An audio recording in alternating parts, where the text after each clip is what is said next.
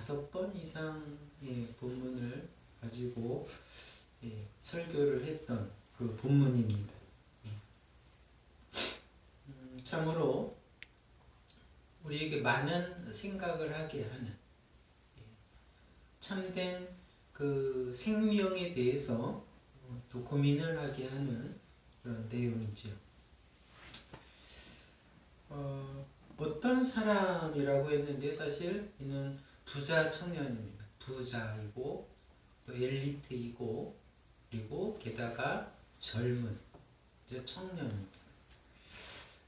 그가 와서 이제 예수님을 찾아온 거죠. 선생님이요, 내가 무슨 선한 일을 하여야 영생을 얻으리까? 라고 예수님을 찾아온 겁니다. 영생에 대해서 질문을 한 거죠. 영생에 대해서 구한 겁니다. 영생의 길을 구한 거죠. 그자 예수께서 처음부터 약간 의외의 대답을 하십니다. 어찌하여 내가 선한 일을 묻느냐? 선한 이는 오직 한 분이시니라. 하나님만 선하시다는 거죠. 사실은 이 대답이 사실은 청년의 어떤 모든 궁금증과 갈증을 에 대한 대답이기도 합니다. 많은 것을 암시하죠. 그래서 예수님은 계속해서 이제 이어가시죠. 대화를 이어갑니다. 내가 생명에 들어가려면 이제 계명들을 지키라. 청년은 계속 묻습니다. 그러면 어느 계명입니까? 이렇게 또 묻죠. 그러니까 18절 예수님이 계속 말합니다. 이제 10계명에 나오는 거죠. 여러분 외우다시피 했죠? 살인하지 말라, 간음하지 말라, 도적질 말라. 10계명의 이웃을 향한 계명들입니다. 근데 청년이 뭐라고 합니까? 20절에 이 모든 것을 내가 지켰습니다. 근데 아직도 무엇이 부족하니까? 이렇게 묻습니다. 아직도 무엇이 부족하니까? 이게 무슨 말입니까? 청년은 압니다. 그것들을 내가 지켰습니다. 그런데 뭔가 모르지만 뭔가 빠진 것 같습니다. 내가 뭔가 놓친 것 같습니다. 내가 영생을 얻을 수 있다는 하나님 그런 확신이 없습니다. 뭔가 잘못된 것 같다. 사실은 이런 청년의 갈급함이죠. 아직도 무엇이 부족합니까? 에 담긴 청년의 마음입니다. 그걸 알려준다면 무엇이든지 할 수 있습니다. 이런 자세이지요. 여러분 혹시 그 2층에 있는 그 철로역정이라는 만화를 봤습니까? 존 버년의 우화를 그렇죠? 보통 소설로 나왔는데 그걸 만화로 만들었습니다. 거기 이제 주인공이 이름이 크리스찬이죠. 그리스도인 크리스찬인데 그 이제 멸망이 예고된 그 도시를 떠나서 저 천성을 향해 여행을 하는 필그림, 그렇죠? 그 과정을 그리는 우화입니다. 기독교의 고전이죠. 근데 전 처음 페이지만 봤어요. 그랬더니 그 크리스찬이라는 주인공이 자기 몸 몇 배 되는 큰 짐을 지고선 고민하는, 어떻게 해야 됩니까? 고민하는 그런 장면이 이제 처음 만화의 시작이 되더라고요. 그래서 이제 이 말씀을 보다가 그 청년, 그 크리스찬이라는 그 주인공이 생각이 났어요. 뭔가 정말 영원한 생명을 위해 천국을 소망하고 갈망하는 한 그 청년의 갈증, 그렇죠? 고민, 그 모습이라는 거죠. 예수님이 그 청년을, 부자 청년을 보고 이제 대답을 해주시죠. 그렇다면 21절, 내가 온전하고자 할진대 가서 네 소유를 팔아 가난한 자들을 주라. 그리하면 하늘에 보화가 있다.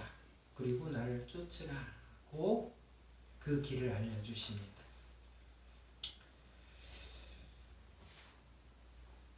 사실 이 마가복음에 이 똑같은 내용이 실려 있습니다. 근데 약간 표현이 다르죠. 그때는 이제 그 마가복음에는 그러한 청년의 모습, 그렇죠? 갈망하는 그 청년의 모습을 보고 사랑하사 가라사대, 긍휼히 여기는 마음으로 그 청년을 바라보고 말씀을 해주셨다는 겁니다. 내 소유를 팔아 가난한 자들을 주고 나를 쫓으라. 그러자 청년이 어떻게 했습니까? 22절에 그 청년이 재물이 많음으로 이 말씀을 듣고 근심하며 이제 돌아갔다. 이거는 이제 그때의 실제 벌어진 일이죠. 실제 벌어진 일을 저희들이 목격을 하고 있는 거예요. 그리고 이제 기록을 한 건데, 일단 여기까지는 청년이 실패한 것처럼 보이죠. 일단 실패하고 돌아간 것처럼 보입니다. 그러나 여러분 이 사건은, 그렇죠? 지금까지 이 청년과 예수님의 만남은 우리에게 많은 생각을 하도록 합니다. 천국에 대해, 영원한 생명에 대해서 좀 더 고민을 하도록 이끌어주고 있습니다. 그래서 이제 제자들과 예수님과의 그 대화가 사실 뒤에 이어지죠. 부자가 천국에 가는 것은 낙타가 바늘구멍에 가는 것처럼 어렵다, 불가능하다, 그런 얘기를 하지요. 제자들의 고민에 이어지고 있다는 거죠. 여러분, 만약 이 부자 청년이 예수님의 말씀대로 했다면, 자기 소유를 다 팔아 가난한 자들을 주었다면, 그러면 정말 영생을 얻을 수 있었을까요? 여러분? 그렇게 하지는 못했죠. 재물을 포기할 수 없어 그렇게 하지 못했는데, 만약 청년이 그렇게 했다면, 예수님 말씀대로 그렇게 했다면 영생을 얻을 수 있을까요? 여러분, 그럼 어떻게 생각합니까?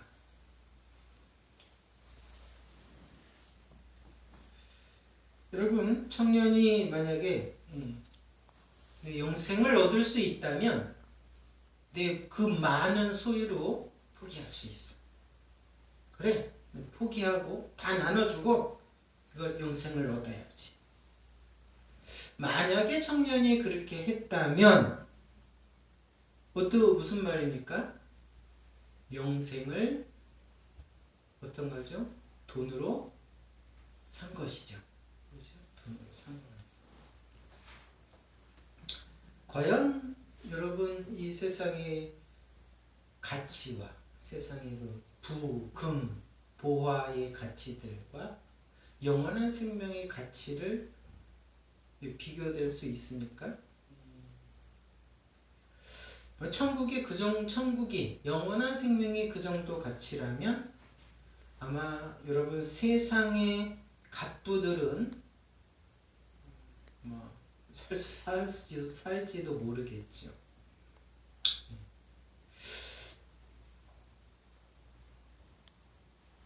여러분, 사실 그 이건희 회장님이 작년에 돌아가셨죠.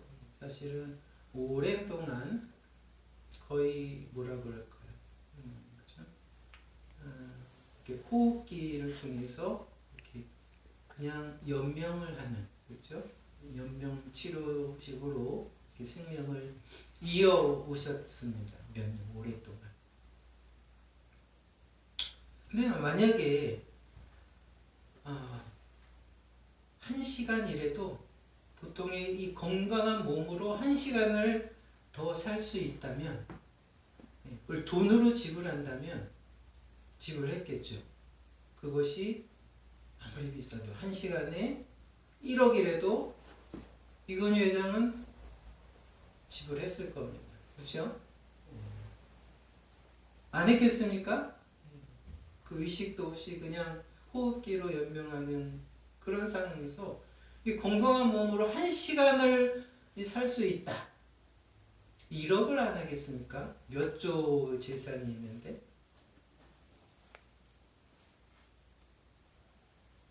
그렇죠? 몇십억이라도 아마 했을 것 같아요.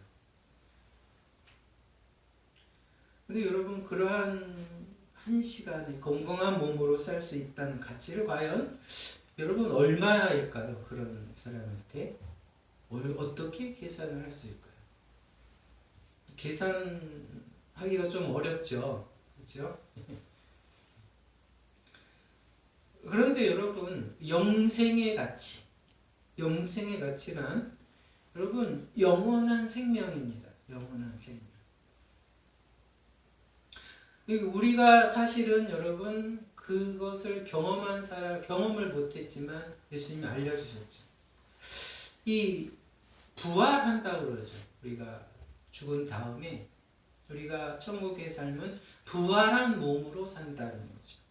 이 세상의 보통의 건강한 정도가 아니라 여러분 다시는 아프지도 않고 늙지도 않고 고통도 없는 그 부활한 몸, 그 상태로 영원한 생명을 사는 거예요. 영원한 생명.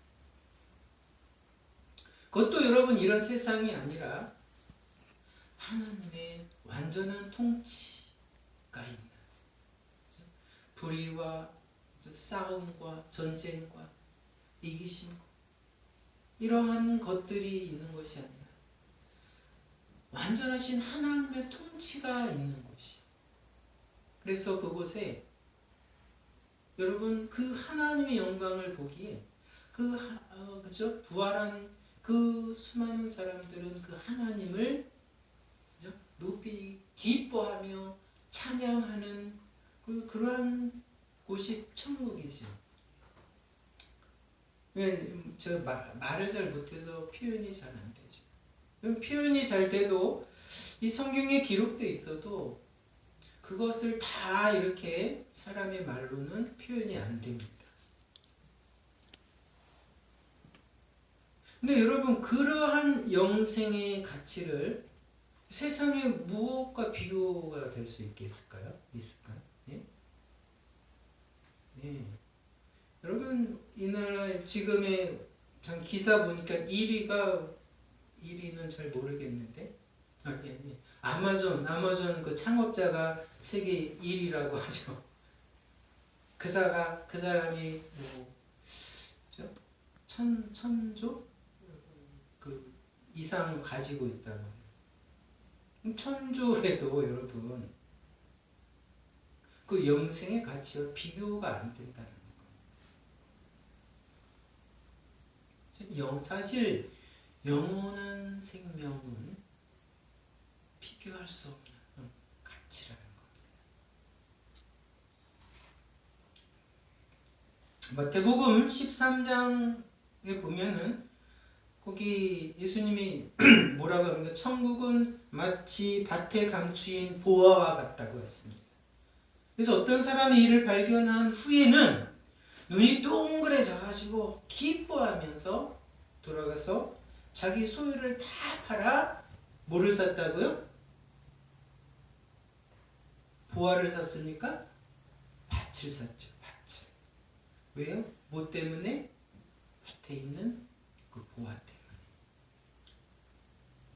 만약 보화는 이제 천국을 의미하는데 그것은 뭐 비교가 안 됩니다. 자기가 가지고 있는 모든 소유도 비교가 안 됩니다. 그러니까 그거는 그것을 사기 위해서 밭을 사기 위해서 그것이 숨겨진 밭을 사기 위해서 자기 소유를 다 파는 거예요. 비교가 안 돼요. 무엇과도 자기 소유를 다 팔면 그 천국을 살 수 있다는 게 아니라 비교할 수 없다라는 거예요. 이 땅의 소유로는 그 천국의 가치를 영생의 가치를 비교할 수 없다라는 비유죠. 그러니까 보니까 일단 돈으로 안 돼요. 돈으로. 사실 제가 주일학교에 어릴 때 교회 가본 적이 있어요. 저도 어릴 때.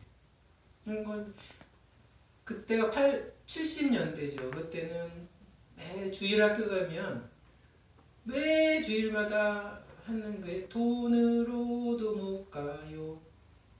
저 하나님 나라 이렇게 교합니다. 그렇죠? 안 된다라는 거예요. 돈으로 아무리 청년이 부자여도 사실은 안 된다는 거죠. 돈으로 살 수 없다라는 거예요. 그럼 두 번째 만약에 영생을 얻기 위해 돈을 포기하는 것은 선행인가? 선행인가? 그러니까 그 율법을 계명을 너가 다 지키라 그랬죠. 청년이 난 지켰다 그랬습니다. 나는 율법적으로 도덕적으로 선행을 하고 왔다. 그렇게 살아왔다고 대답을 했습니다. 과연 청년의 말은 맞는 것인가? 청년이 만약에 예수님 말처럼 가난한 자들을 위해 자기 소유를 다 팔아주었다. 영생을 얻기 위해. 그렇다면 그것이 정말 여러분 선행인가요? 율법적으로 완전히 행한 건가요? 아니죠. 그렇죠? 이 청년은 자기의 돈을 모든 소유를 주고 무엇을 얻기 위해서? 영생을 얻기 위한 그렇게 영생을 얻기 위해서 그런 모든 것을 포기했을 뿐이죠. 그렇죠? 바꾸는 거죠. 바꾸는 행위다. 그건 선행이 아니라는 겁니다. 그렇죠? 선행이 아니라 거래죠. 거래. 그래서 이미 예수님은 처음에 뭐라고 얘기를 했습니까? 선한 이는 오직 한 분이시니라. 얘기를 했습니다. 그죠? 완전한 분은, 그죠? 율법적으로 완전한 분은 오직 한 분밖에 없다. 하나님 뿐이시다. 그렇죠?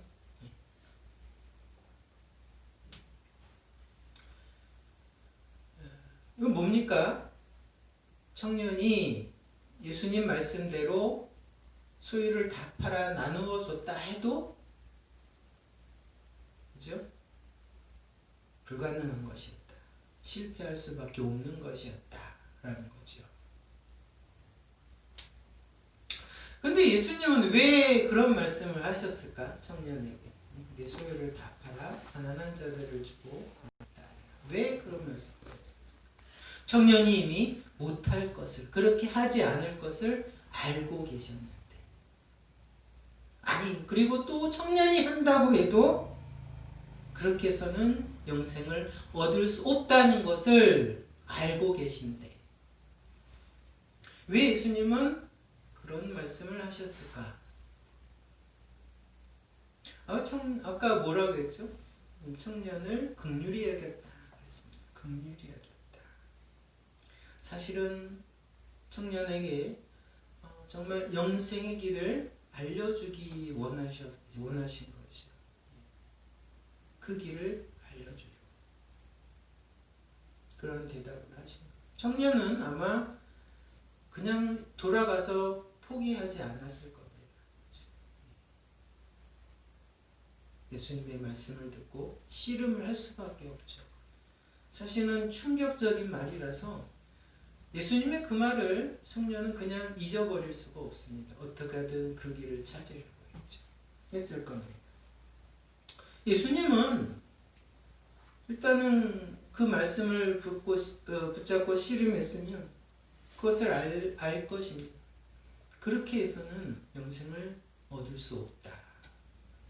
그렇게 해서 너가 해온 방법으로는 영생을 얻을 수 없다. 내 힘으로는 불가능하다. 너 돈으로도 할 수 없고 율법적으로는 선한 일을 행할 수 없다. 너는 아니 모든 인간은 그렇죠?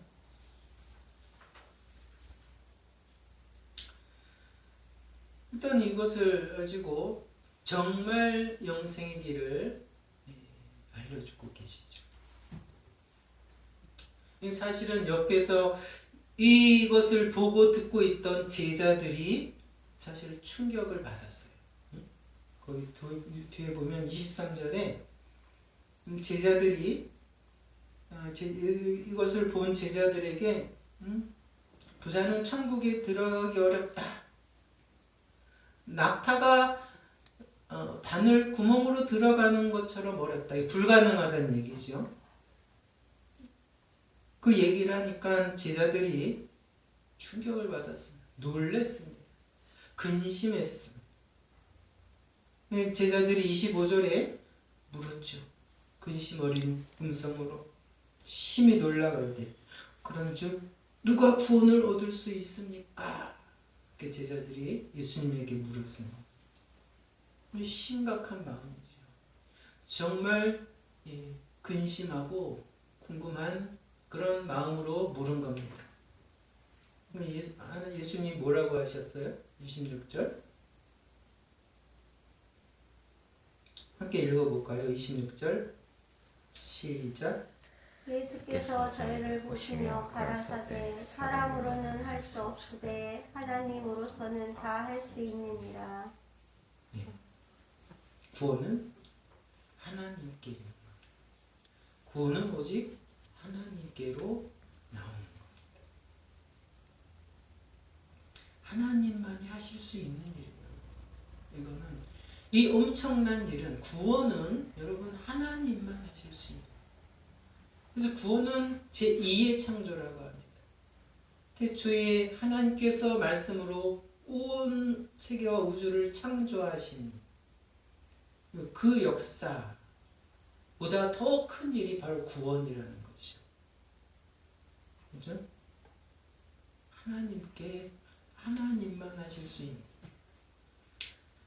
안타깝게도 사람들은 이것을 받아들이지 않는다 이거죠. 않는다. 사람들은 모두가 자기 스스로 어떤 행복을 얻을 수 있는 것처럼, 자기 스스로 구원과 행복을 얻을 수 있는 것처럼 생각하고 시도를 하죠. 포기하지 않습니다. 마치 이 부자 청년처럼 선행을 하고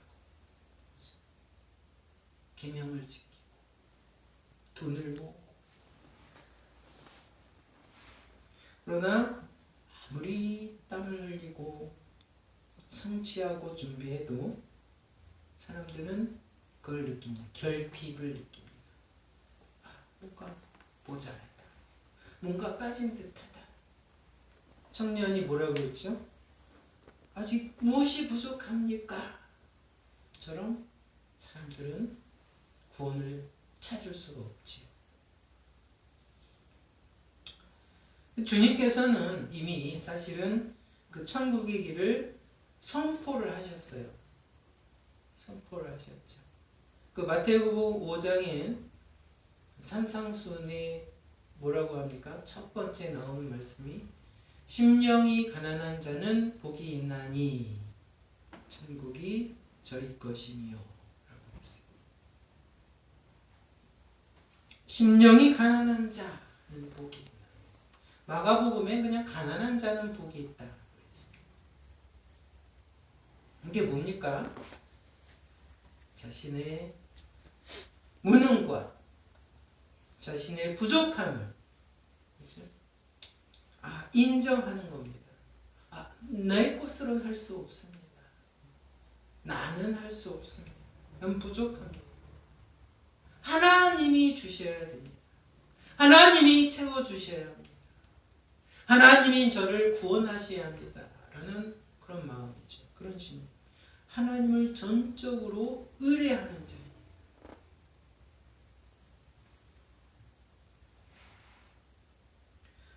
사실 그 앞에서는 어린아이, 천국에서 큰 자에 대해서 얘기했죠. 근데 그 얘기를 하면서 예수님이 마태복음 18장 3장에 이렇게 말씀했습니다. 진실로 너에게 이르노니 너희가 돌이켜 어린 아이들과 같이 되지 아니하면 결단코 천국에 들어가지 못하니라. 기억나죠? 어린 아이들과 같이 되지 아니하면. 어린 아이들과 같은 게 뭐지요?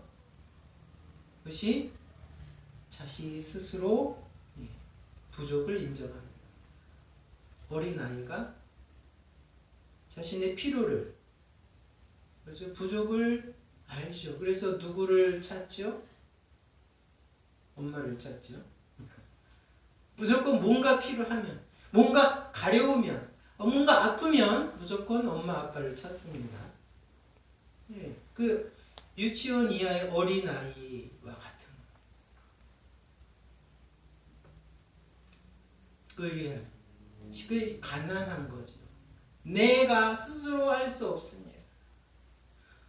하나님이 주셔야 합니다. 하나님이 나를 구원하셔야 합니다. 저희 생명은, 저희 행복은 오직 하나님께 있습니다. 하고 고백하고 믿고 그렇게 사는 겁니다.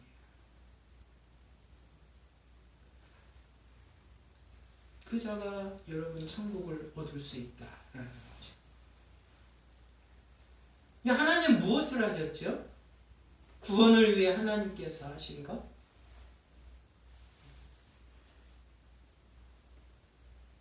놀라운 대가를 치르셨죠. 천국을 우리에게 주기 위해. 우리에게 여러분 이 더럽고 추악한 죄의 옷을 벗기고 의로운 옷을 입혀주시기 위해서 하나님은 무엇을 하셨죠? 이 세상 우주 만물의 모든 것보다 더 귀한 그 아들 예수 그리스도의 생명을 십자가에 내어놓으신 것.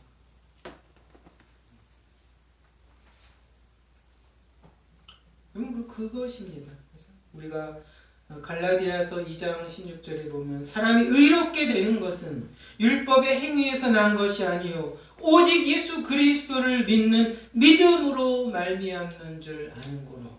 그렇죠?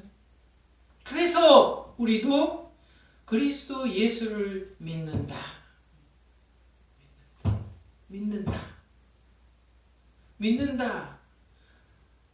나의 것으로 안 돼.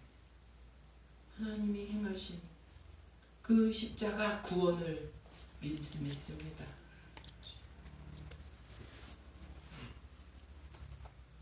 그것이 믿음입니다.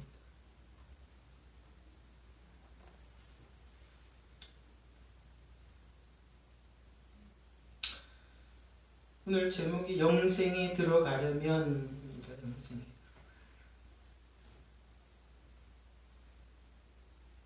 여러분은 어떻습니까? 영생을 얻은 자입니까? 영생을 얻은 자입니까? 아니면 영생을 이미 얻고 그 영생을 누리고 있는 자입니까? 그리스도께서 나를 위해 죽으셔서 내가 얻은 그 영생을, 그 놀라운 은혜를, 세상 무엇과도 비교할 수 없는 그 가치를 가진 자로서, 받은 자로서 여러분 살아가고 있습니까? 난 그 은혜를 못 잊어서 여러분 너무나 감사해서 감격해서 그 하나님의 자녀로 그렇죠? 천국을 소유한 자로 여러분 이 땅을 살아갑니다. 그 자는 여러분 이 땅에 어떤 돈과 부유와 명예라는 것이 사실은 비교할 수 없다는 걸 알죠. 그것을 위해서 살지 않죠.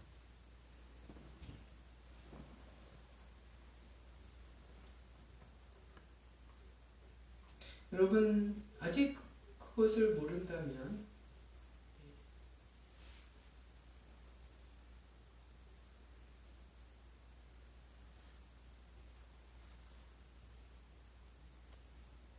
어린아이와 같은 오직 하나님을 의뢰하는 가난한 심령을 얻기를 바랍니다.